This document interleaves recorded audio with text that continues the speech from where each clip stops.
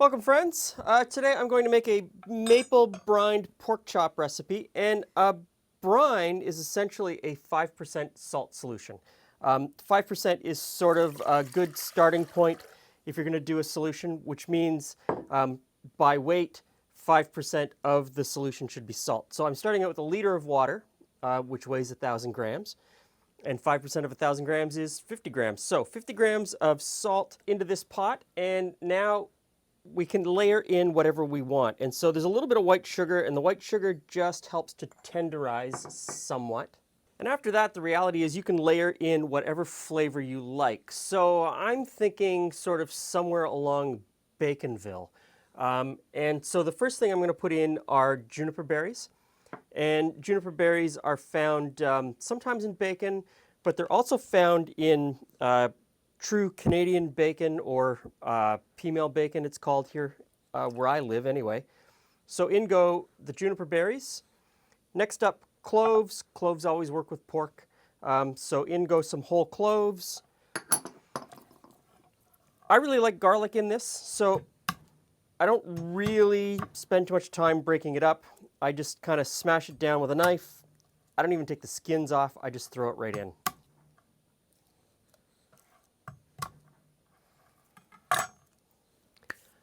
Next up, Dijon mustard. Mustard and pork, again, a really great combination. So I just take a scoop and I throw that in. Next up, of course, is maple syrup. So, if you have seen me cook with maple syrup in the past, you know that I really like this dark, late harvest maple syrup. And the lid's stuck, gets very sticky. The late harvest maple syrup has a much deeper, richer maple flavor that doesn't get lost in everything else. But if all you have is the light table syrup, go ahead and use it. It's really great stuff. So pour in a little bit. Let's see. Oh, don't waste any. Stuff's amazing. So that goes in. And I just move this over to the stove, and I want to bring this to a boil, just so that the salt and sugar dissolve and all of the flavors come together. They all steep together, and we get a really nice, even solution. Now, the beauty of this non-recipe recipe is that you can take this flavor and go anywhere with it. You want to add thyme, you want to add rosemary, add those in. I've got a little piece of ginger here. I thought I might put it in, but you know what? I'm not going to do it now. But ginger would work really well as well. This flavor base can be whatever you want it to be. The brine is done, but you're going to have to let this fully cool before you put the pork chops in. Now, there's a couple of ways to achieve this. One is time. You just leave it sit in the fridge overnight, fully chill it. If you don't have time, only use half of the water in the pot in order to dissolve everything, and then add the rest of the water as ice in order to shock chill it. But even with that, you're still going to have to stick it in the fridge for a little while before you put the pork chops in. It's very important to have this at fridge temperature when you add the pork. And if you can plan, I would make the brine a couple of days in advance and then just stick the brine in the fridge to chill. And then on the day that you want to cook the pork chops, throw the pork chops in here before you go to work, and then when you come home from work, they'll be brined and ready to go.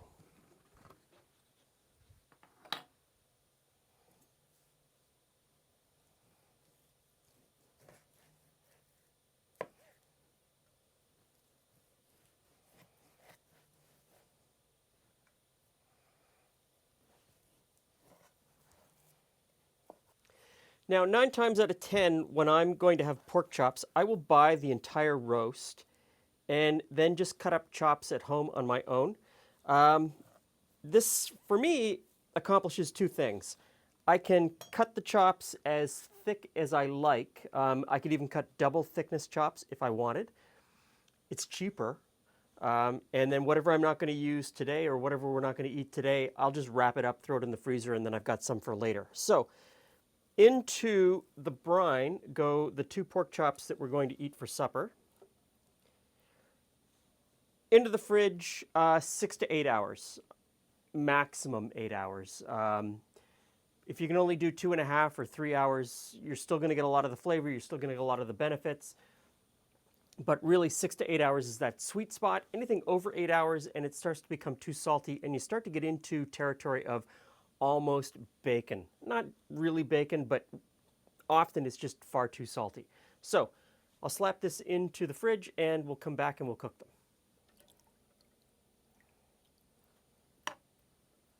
Now my plan had been to grill these on a charcoal grill, but you know, Canada, wintertime. So I'm just going to pan roast them. And in order to pan roast them, or even just to grill them, I'm first going to take off as much moisture off the outside as I possibly can, just to make sure I get a good sear when it hits the pan. Now I've got a griddle warming up and we'll get right to it. I hit that with a little bit of oil and on go the chops.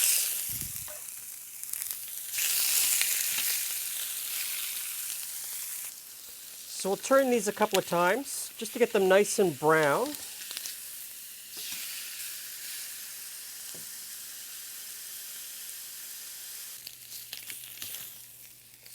And you just keep turning them. You want to get a nice, even browning before you put them in the oven.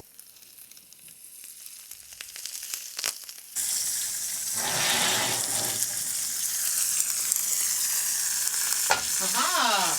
My timing is perfect. Of course. Pork chops aren't ready yet. Oh, well, yeah, I guess they're a little hot yet. I'm going to let them rest. But if you want to try the sweet potatoes, go right ahead. Okay. Just a couple of...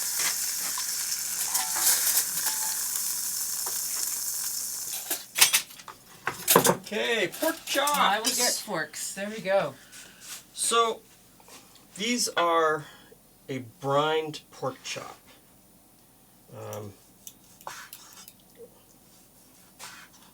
That looks quite lovely. Which piece do we get to try? Let's try this one. Sure.